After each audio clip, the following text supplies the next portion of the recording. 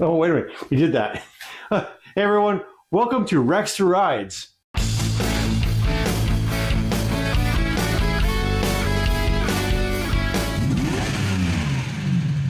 Today, we are actually finishing up the 2013 Crosstrek video series. And we're just going to show you the finishing touches of putting it all back together, getting it all assembled, and everything like that. I hope you like. Make sure you subscribe, and definitely comment. Send me some comments on what you liked about it, what you didn't like about it, what I could have done better. I really, really appreciate that. I need it more for the algorithm to pick things up. I would appreciate any kind of extra help you guys could give me.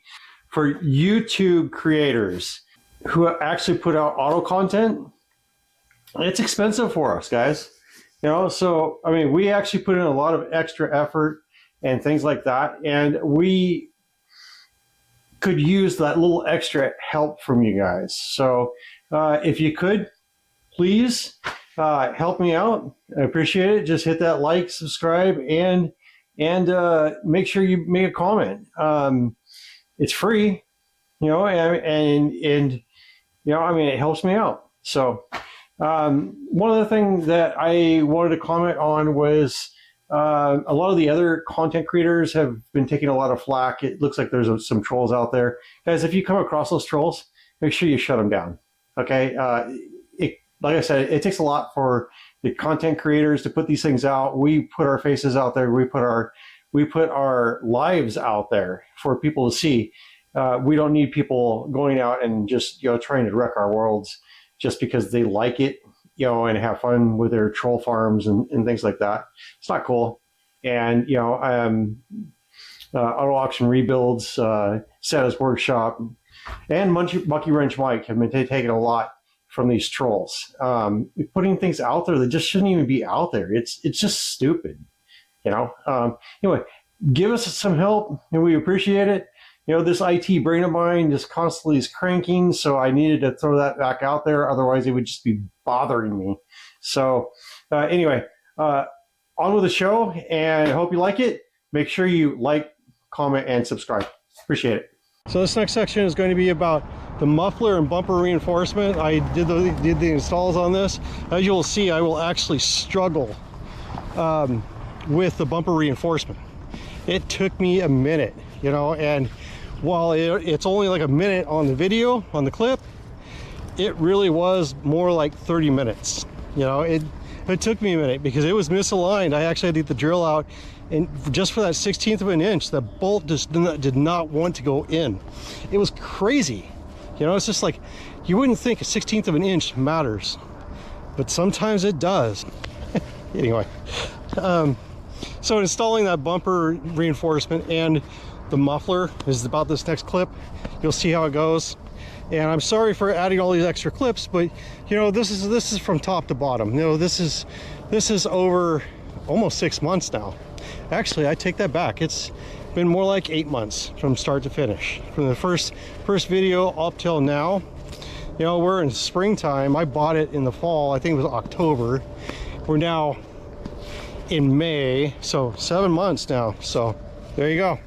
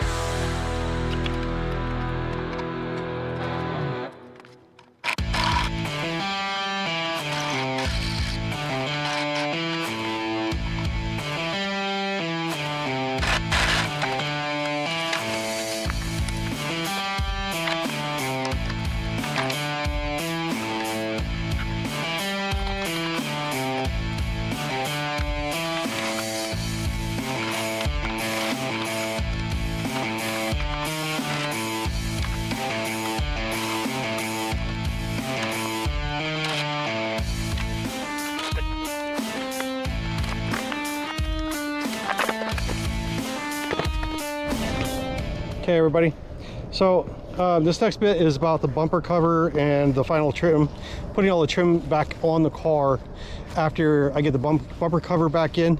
But it's also about the tail lights, which I had to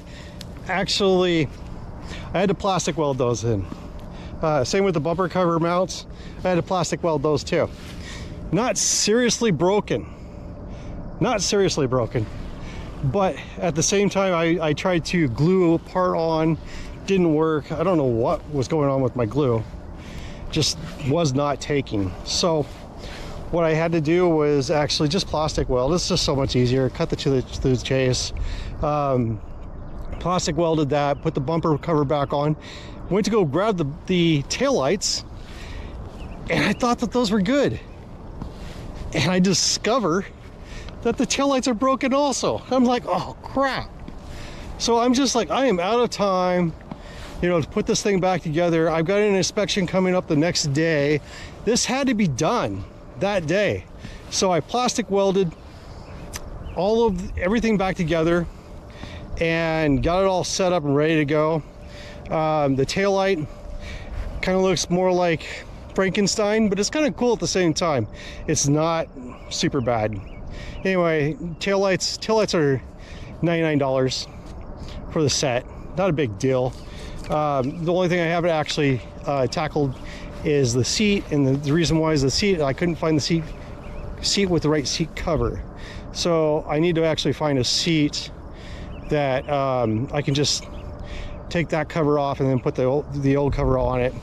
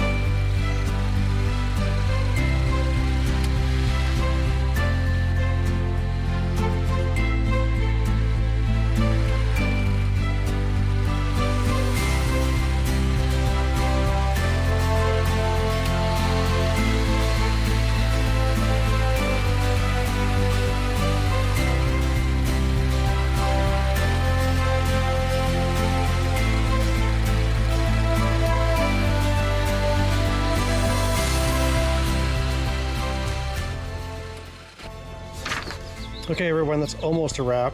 We did the final walk around with details for sale. We did the initial damage, walk around and rear teardown. We did the roll pan removal, cut, rip, and repeat. We did the rear rail body pull, straightening and aligning. What a pain. Panel prep and weld through setup, welding, priming, and seam sealing to make sure that everything is locked in so no rust gets through, no penetration, no none of that. This was done right. I hope it was done right. I mean, I try to do as factory close as possible. We did the muffler bumper and trim install. So we did that just the day before we did inspection. And then finally we did the final walk around for the details for sale. So that was the last video clip. Not a great professional video clip, but I don't need that to be professional. I'm not a dealer. I don't want it to look like that. Okay, so the numbers are, for the Subaru itself, how much did I pay? Okay, so initially the cost was $1,900. That was a buy it now price. Auction fees were $966, almost half of what I paid. Then on top of it, paid $575 on top of it. So now I'm $3,500 into it before I do the initial walk around. $3,500 into this car. It's not bad, but it's not a clean car, so $3,500 into it's marginal at best. So then we did the rear pan, the metal just itself was $55 or $155. Seam sealer was actually $66. That tube of seam sealer is crazy expensive.